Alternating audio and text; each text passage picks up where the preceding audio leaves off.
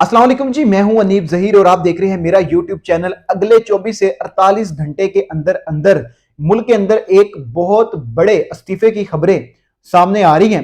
वो शख्सियत कौन है और उनके इस्तीफा देने से इस मुल्क की जो सियासत है उसके ऊपर क्या असर पड़ेगा और वो इस्तीफा क्यों देने जा रही है और क्या इस वक्त जो इस्तीफा वो देने जा रही है अ, आपको हैरान कर देगा। वो शख्सियत कौन है? सुनने में ये आ रहा है कि जो वो इंसान है, जो शख्सियत है, इस वक्त डिप्रेशन का शिकार है, अपने आप को एक कमरे के अंदर बंद कर लिया है और कोई मुलाकातें नहीं कर रहे, कोई मीटिंग्स नहीं कर रहे। बहुत कोई जरूरी मीटिंग हो तो करते हैं। तो अब वो इस्तीफा देने जा रहे हैं इस वक्त के ऊपर कि जब नई हुकूमतें बनने जा रही हैं।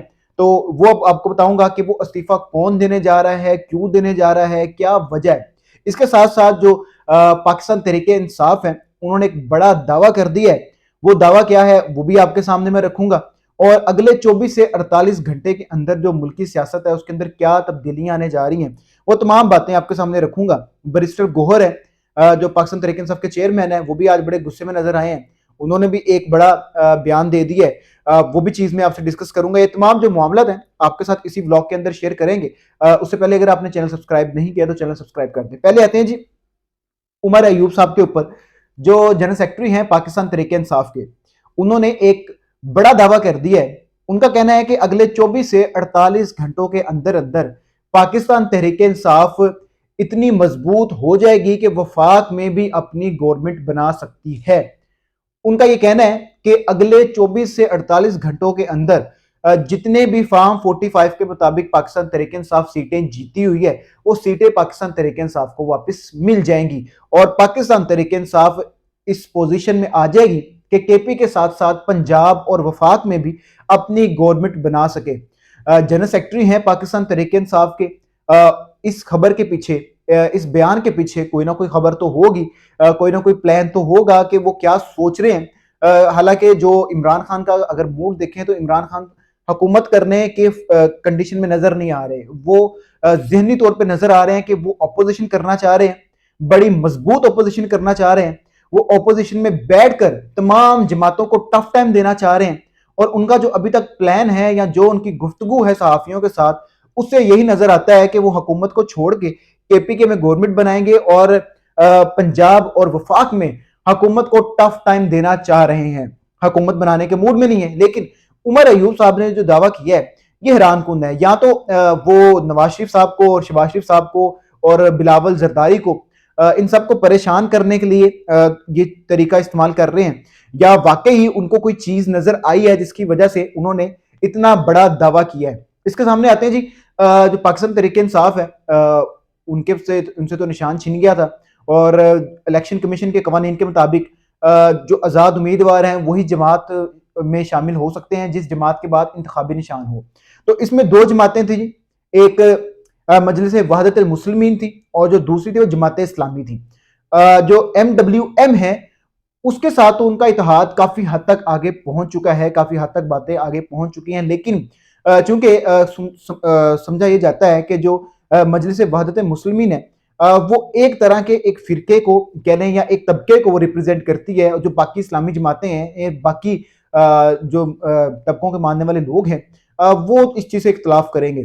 तो इस सूरत हाल में इमरान खान ने ये प्लान किया कि जमात इस्लामी के साथ केपीके में इत्तेहाद कर लिया जाए और वफाक में MWM के साथ कर लिया जाए, ताकि जो ये आवाजें हैं ये कम उठ सके। लेकिन जमात इस्लामी जनाब अली दूर से भागती हुई नजर आ रही है। भागते हुए इसलिए नजर आ रही है कि केपीके में उनकी कोई सीट नहीं है और पीटीआई ने इत्तेहाद का भी केपीके में कहा है। तो जमात इस्लामी का ये ख्याल है कि हमें वफाक के अंदर भी इत्तेहाद करना चाहिए था और केपीके के अंदर भी इत्तेहाद करना चाहिए था। इस तरीके से हम ज्यादा फायदे ले सकते हैं।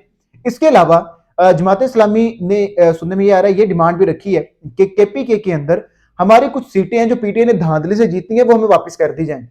तो केपी यानी समझ में ये आ रहा है कि जमात इस्लामी इस तरीके से पीटीआई के साथ नहीं बैठना चाह रही, गैर मशरूत तरीके से वो शर्तें रख रही है कि हमारी ये शर्तें मानेंगे तो फिर पाकिस्तान तहरीक इंसाफ का साथ देंगे। हालांकि पहले उन्होंने कहा कि हम गैर मशरूत तौर पर पाकिस्तान तहरीक इंसाफ के साथ बैठेंगे, लेकिन अब भागते हुए नजर आ रही है। लेकिन MWM है वो साथ है।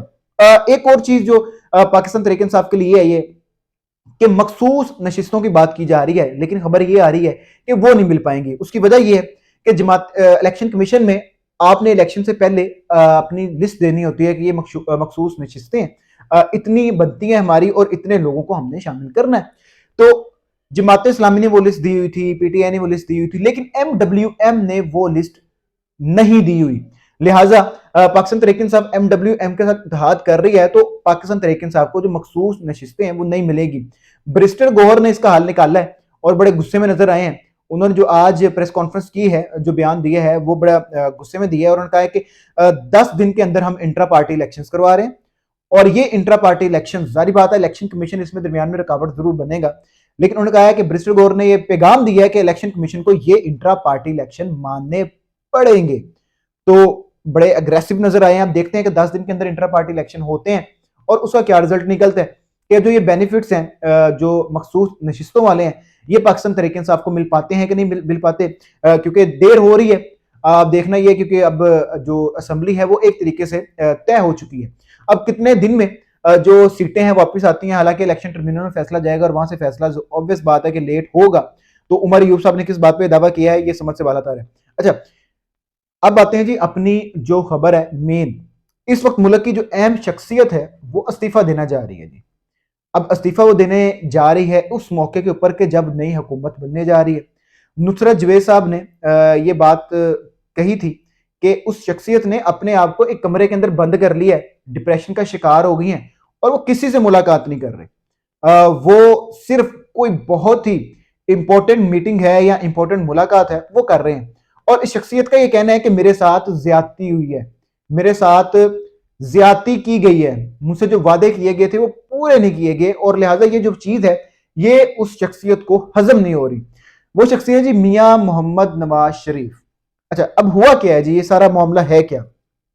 एक फैमिली मीटिंग होती है, उस फैमिली मीटिंग में नवाज शरीफ मौजूद हैं, शहबाज शरीफ मौजूद हैं, मरियम नवाज मौजूद हैं, तो और भी कुछ लोग करीबी जो लोग हैं वो मौजूद हैं।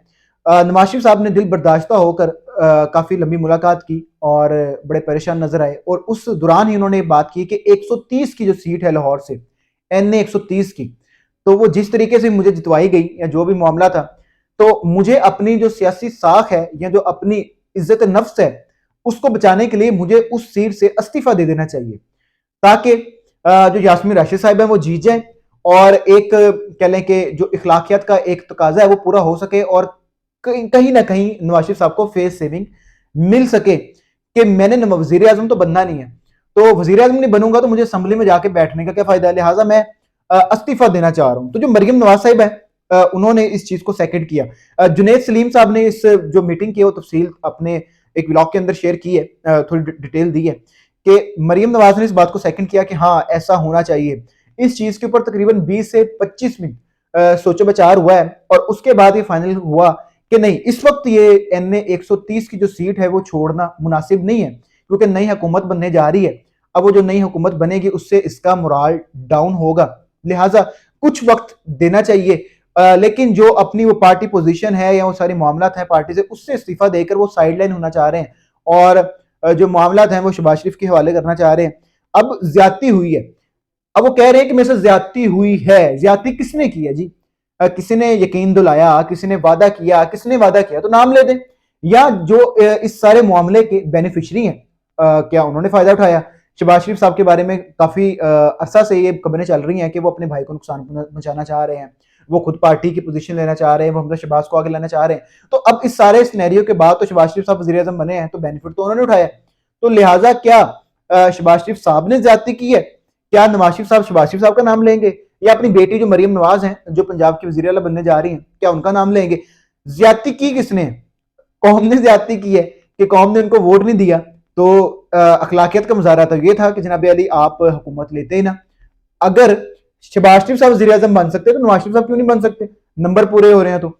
लेकिन नवाज शरीफ साहब अपने आप को बड़ा कमजोर महसूस कर रहे हैं। उनका यह कहना है कि जो नवाज शरीफ साहब का ग्रुप था, यानी दो ग्रुप, एक शहबाज शरीफ एक नवाज शरीफ, कुछ लोग जो है नवाज शरीफ साहब के बयानिया को सपोर्ट करते हैं, कुछ लोग जो है वो शहबाज शरीफ साहब के बयानिया को सपोर्ट करते हैं।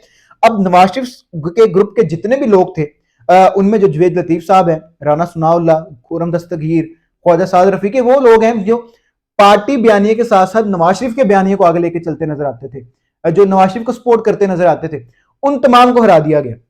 अब मानने वाली सुनने वाली बात यह है कि अगर सालिक हुसैन जिनको 1 लाख की लीड पड़ रही थी वो जीत सकते हैं, ओन चौधरी जीत सकता है, तो इसमें क्या क्या बुरा था या क्या गलत था कि जो राना सनाउल्लाह है, ख्वाजा साद रफीक है, जुवैद लतीफ है, राना, ये जो कदरे मजबूत कैंडिडेट हैं ओन चौधरी के और सालिक हुसैन के, उनको ना जिताया गया।